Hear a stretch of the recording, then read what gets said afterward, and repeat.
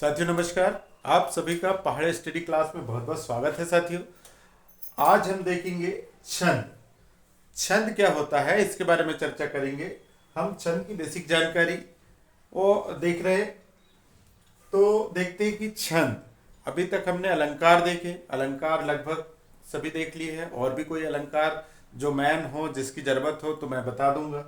बाकी अब हम छंद देखते हैं और छंद की परिभाषा, छंद कितने प्रकार के होते हैं, और फिर हम बिल्कुल ट्रिक के माध्यम से छंद की एक एक छंद को पहचानना आपको बताएंगे। साथियों तो आपको हमारे चैनल पे जुड़े रहना है और हमारे चैनल को देखते रहना है। बाकी आपको कुछ नहीं करना है। तो देखिए छंद के बारे में हम देखते हैं कि छंद क्या होता है। ठीक है ना।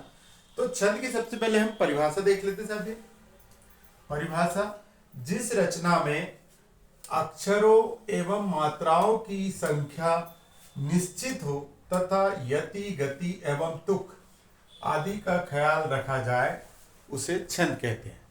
तो हमने देखी छंद में क्या होता है। छंद में मात्राएं निश्चित होती है, या तो अक्षर निश्चित होते हैं, या अक्षर और मात्रा नहीं है तो फिर उसमें यति गति तो सभी में है, तुक ताल आदि का ध्यान रखा जाता है।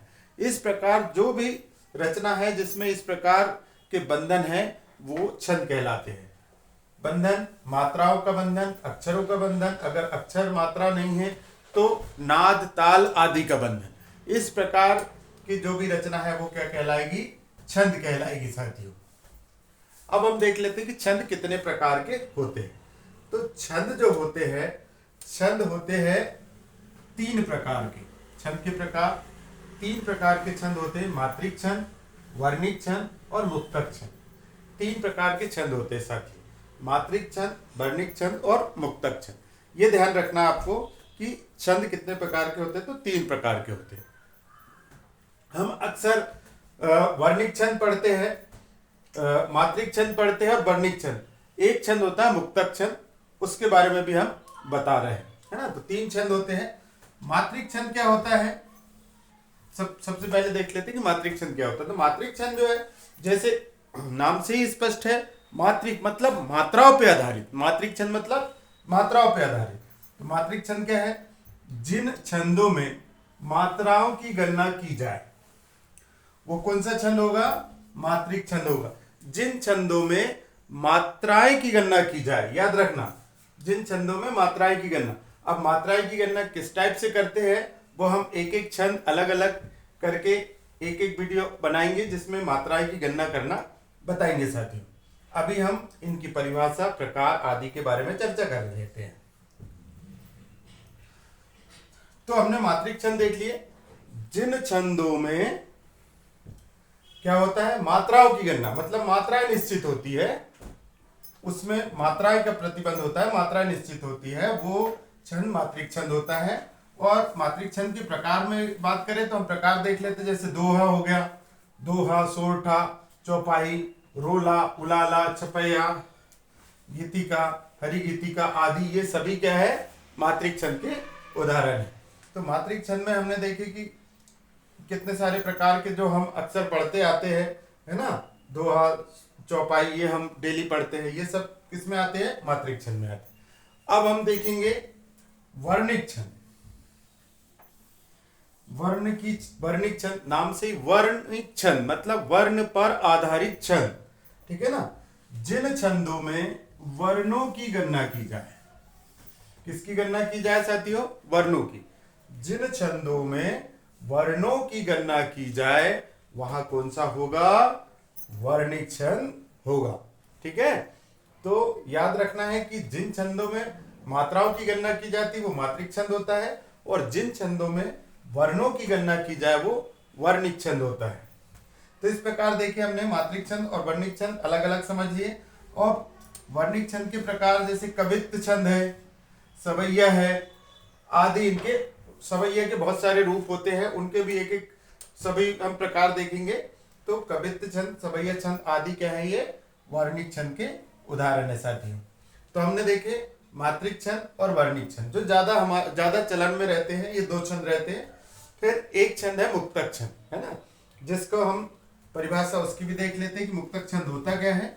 तो मुक्तक छंद जो होता है, जिस छंद में मात्राओं व वर्णों का कोई प्रतिबंध ना हो।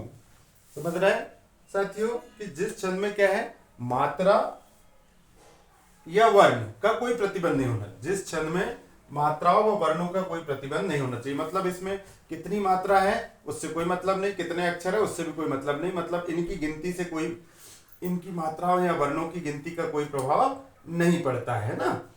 मात्राओं और वर्णों के बंधन में ये छंद नहीं रहता। अब इसमें क्या रहता है देख लेते हैं। इसमें तुक, नाद और ताल का ध्यान रखा जाता है। ये संगीत के शब्द हैं, संगीत कोई भी संगीत है उसमें तुक, नाद और ताल का अवश्य ध्यान रखा जाता है। तो मुक्तक छंद जो होते हैं इनमें क्या है, मात्राओं और वर्णों का कोई प्रतिबंध नहीं होता, इनमें तुक, नाद और ताल का ध्यान रखा जाता है साथी। तो तुक, नाद और ताल मतलब ये जो छंद है लय में गाए जाते हैं, ठीक है ना।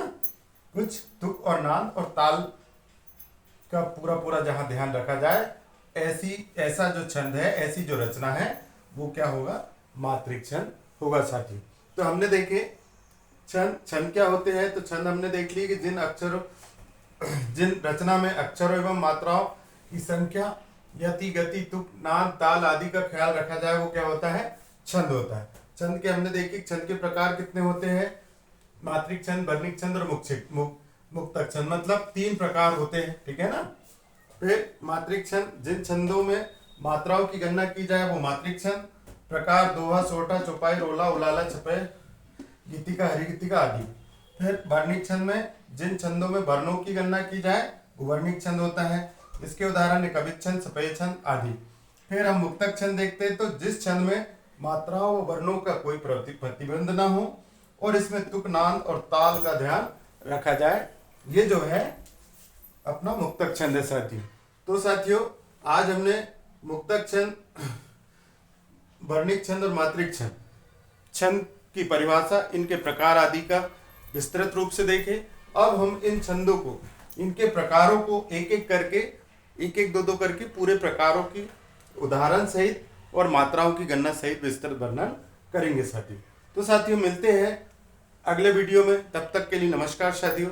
चैनल को लाइक एवं शेयर करें साथियों, और हमारे चैनल को अगर अभी तक आपने ज्वाइन नहीं करे हैं तो जल्द से जल्द हमारा चैनल सब्सक्राइब करें साथियों। नमस्कार साथियों।